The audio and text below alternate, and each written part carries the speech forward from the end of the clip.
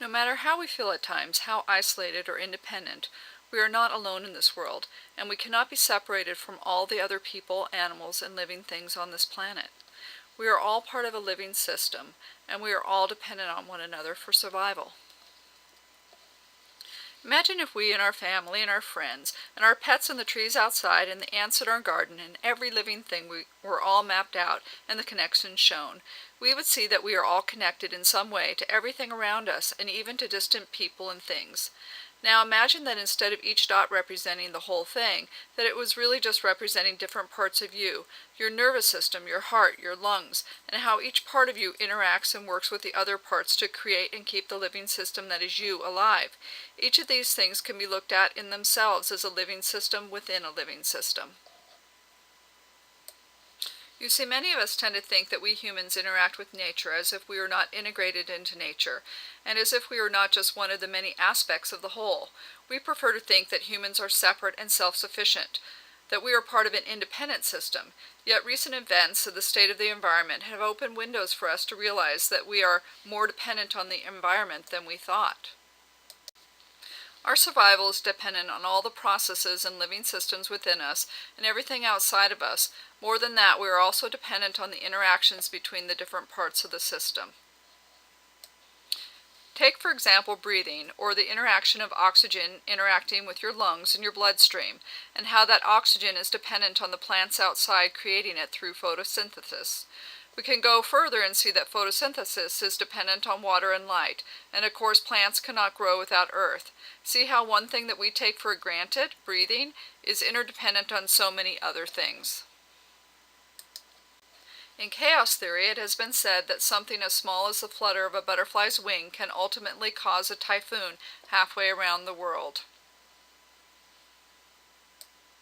We have talked about connections, living systems, and even touched on chaos theory. By the way, the typhoon in the saying can also be referred to as an unintended consequence. You see, in systems theory, when you change something in a living system, you may solve an initial problem, and at the same time, that impact of that change may have unintended consequences in another part of the system. We hear about unintended consequences in ads for medicine, where medicine may be good for one part of the body, but may have adverse effects on another part of the body. Or take, for example, the loss of a sense like eyesight, and the sharpening of all of one's other senses.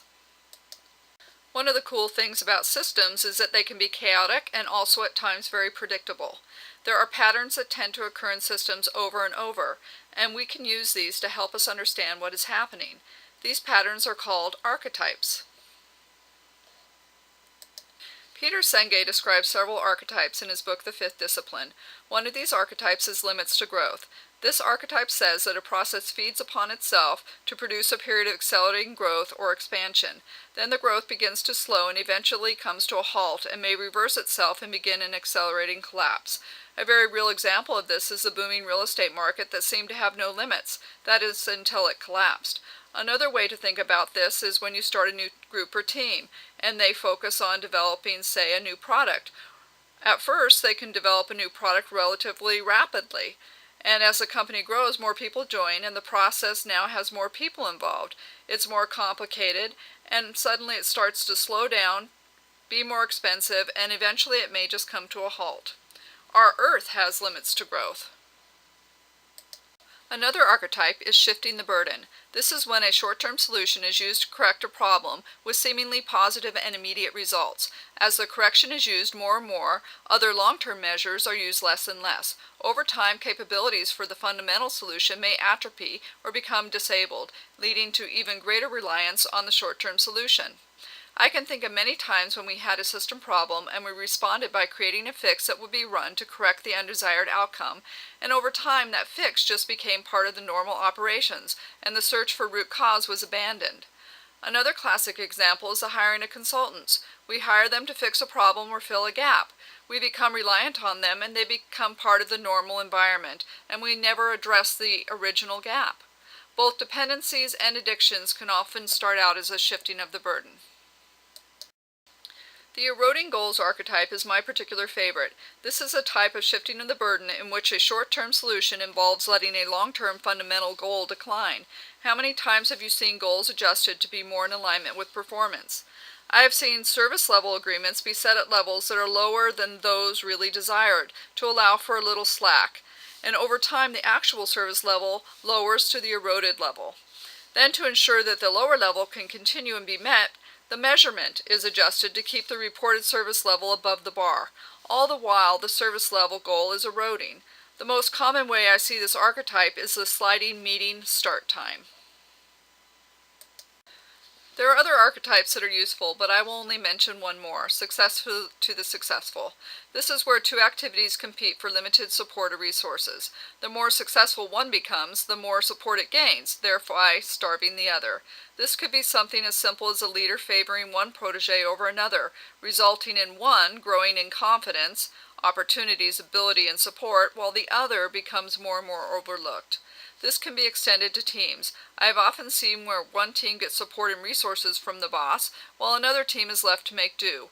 Over time, the favored team becomes more and more successful, while the other struggles and is often abandoned. So what does all this mean? We are all part of a connected, integrated living system. What happens in one node has ripple effects on all the other nodes, even if very subtle. Over time, these ripple effects can account for large system impact. Systems do have some patterns that can be used to predict a system condition, and these patterns are called system archetypes. If you recognize an archetype, you can also work towards changing it. Take, for example, limits to growth. You should watch for this whenever you are seeing high growth. Everything has limits to growth. If you plan ahead and visualize what resources or processes or even people that may constrain growth, then you can plan in advance to expand or replace these constraining entities, and do it ahead of the time they become problems. You can read more about how you might do this in The Goal by Dr. Goldratt. Or shifting the burden. Here you just need to be aware anytime you're implementing what we call a Band-Aid fix to look forward to potential problems later. You may decide to worry about it when it becomes a problem sometime down the road. Do remember, though, that over time these Band-Aid solutions can turn into a big problem for you. This is what I think of when I hear the term spaghetti code. Or how often have you seen operations that require more and more Band-Aids over time just to keep status quo? And when you start shifting goals downward, remember that eroding goals can become a way of life, and people who allow their goals to erode over time do become less and less successful.